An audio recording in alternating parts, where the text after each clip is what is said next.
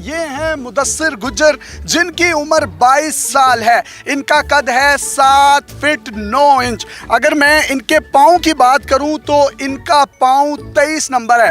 मेरा जो पाँव है आप देख सकते हैं सिर्फ 8 नंबर है, लेकिन मेरा पाँव इनके पाँव के सामने ऐसे लग रहा है जैसे खंबे के साथ बिल्ली बंधी हुई है।